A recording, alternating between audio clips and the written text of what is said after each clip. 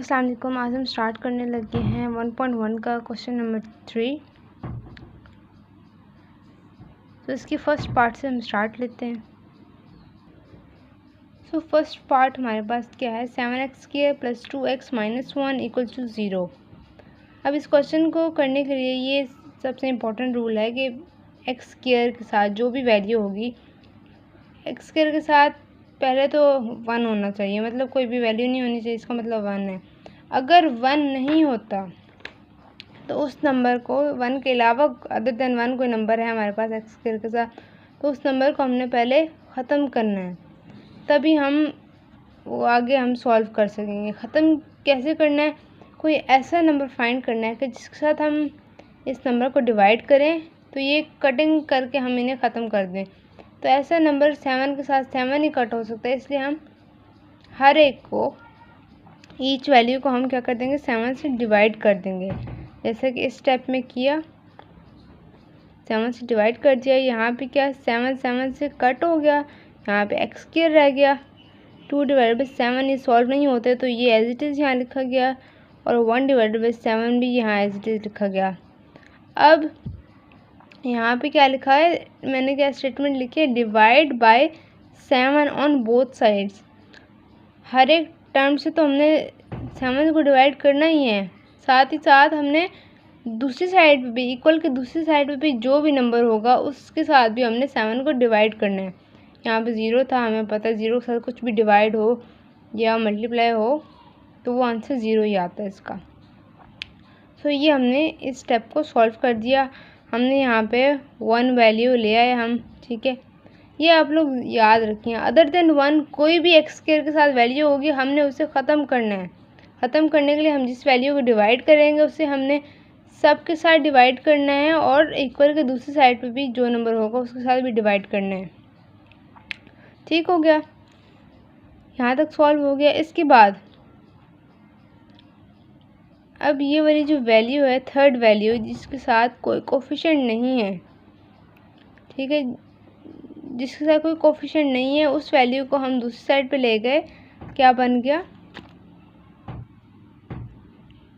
+1/7। यहाँ पे माइनस था, दूसरी साइड पे जाके प्लस हो गया। हम इकट्ठी इस टर्म को ले गए हैं, इसलिए हमने ये नहीं किया कि यहाँ पे 7 मल्टीप्लाई होगा दूसरी साइड पे आके, हमने इकट्ठी इस वैल्यू को उधर ले गए हम।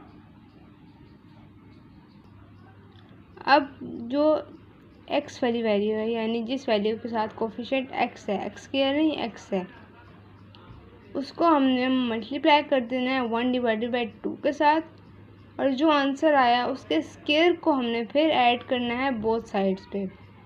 कैसे, मैं आप लोगों को समझाती हूँ अभी। यहाँ पे क्या है, x की वैल्यू 2/7। अब 2/7 को 1/2 से क्या करना है, मल्टीप्लाई करना है। ये देखें इस तरह, 2/7 मल्टीप्लाई बाय 1/2, आंसर क्या है 1/7। ये 2 इस 2 से कट हो गया और 1/7 ही आंसर आ गया। अब ये जो वैल्यू आई हमारे पास, इसके स्क्वायर को अब हमने दोनों साइड्स पे ऐड करना है। वैल्यू आ गई, इसका स्क्वायर भी बन गया। अब 1/7 स्क्वायर को हमने क्या करना है, दोनों साइडों पे ऐड करना है। ये स्टेटमेंट लिखने हैं, add 1/7 whole square on both side. Both side कैसे, लेफ्ट साइड पे वैल्यू हमारे पास ये x² + 2x/7, इसके साथ ऐड कर देना है +1/7 होल स्क्वायर, और राइट साइड पे वैल्यू क्या है 1/7, इसके साथ ऐड कर देना है 1/7 होल स्क्वायर। इस तरह ये देखें 1/7 होल स्क्वायर हमने दोनों साइड पे ऐड कर दिया।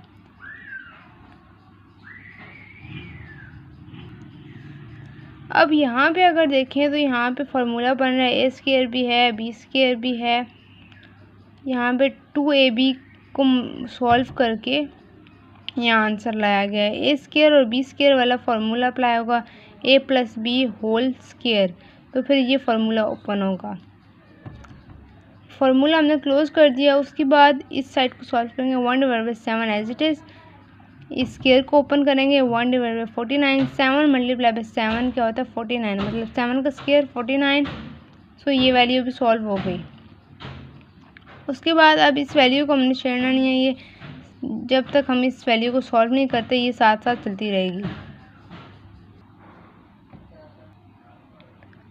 अब इन दोनों का एलसीएम लेना है। एलसीएम लेंगे तो यहाँ पे डिनोमिनेटर 7 और 49 का एलसीएम लेंगे तो 49 हमारे पास आंसर आ जाएगा। और यहाँ पे 7 + 1 ये भी एलसीएम लिया तो ये दोनों आ गए आंसर। 7 + 1 8 / 49। अब हम देखें कि इनके स्क्वायर रूट, अब हमने स्क्वायर रूट दोनों साइड पर लगाना है इस स्क्वायर को ख़त्म करने के लिए।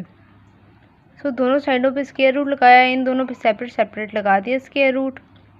यहाँ पे अंडर रूट इस स्क्वायर से कट हो गया तो वैल्यू क्या सिंपली आ गया हमारे पास x + 1 / 7।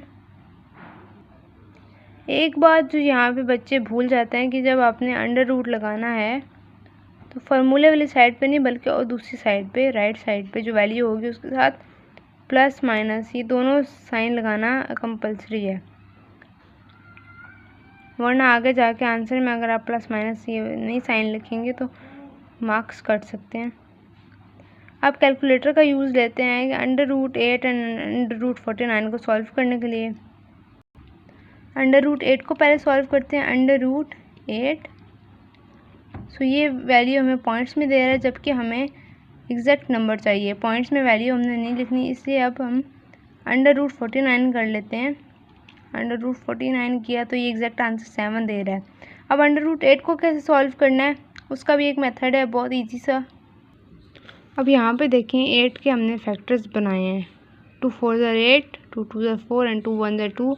अब अगर हम इन दोनों को मल्टीप्लाई करें 2 2 = 4, 4 × 2 ये दो सेट्स बन गए। अब 4 और 2 को अकॉर्डिंग टू द क्वेश्चन जो हम क्वेश्चन में सॉल्व कर रहे थे 4 और 2 को हमने सेपरेट अंडर रूट्स में लिख दिया। अब 4 का अंडर रूट जब हम कैलकुलेटर पे करें तो वो हमें 2 देता है, अंडर रूट 4।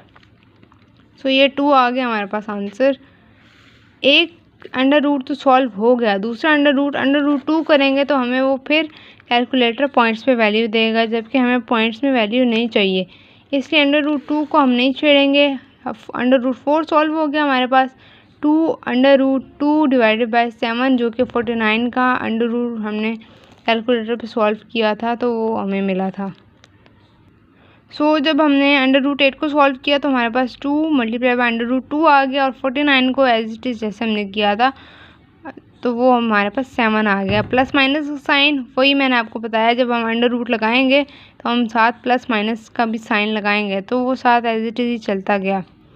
अब हमने वैल्यू किसकी फाइंड करनी है, वैल्यू ऑफ x की फाइंड करनी है। डिनोमिनेटर्स दोनों के सेम है और यहाँ पे 1 के साथ क्या है पॉजिटिव साइन, तो दूसरी साइड पे आके नेगेटिव साइन हो जाएगा और डिनोमिनेटर एक ही है तो आप चाहें एक दफ़ा ही लिख सकते हैं। ये देखें इस तरह 1 / 7 वहाँ पे क्या था पॉजिटिव था, यहाँ पे आके नेगेटिव हो गया, ये plus minus as it is और ये वैल्यू जो हमने सिंप्लीफाई की थी ये वो वैसी है। आप चाहें तो डिनोमिनेटर एक दफ़ा भी लिख सकते हैं, चाहें तो सेपरेट सेपरेट 2 दफ़ा भी लिख सकते हैं क्योंकि डिनोमिनेटर तो सेम है, इसमें कोई आप लोगों के मार्क्स डिडक्ट नहीं होंगे। उसके बाद सॉल्यूशन सेट यहाँ पे मस्ट लिखना है, हर क्वेश्चन में आप लोगों ने मस्ट लिखना है वरना 1 मार्क डिडक्ट हो जाएगा। सो ये इसका आंसर था।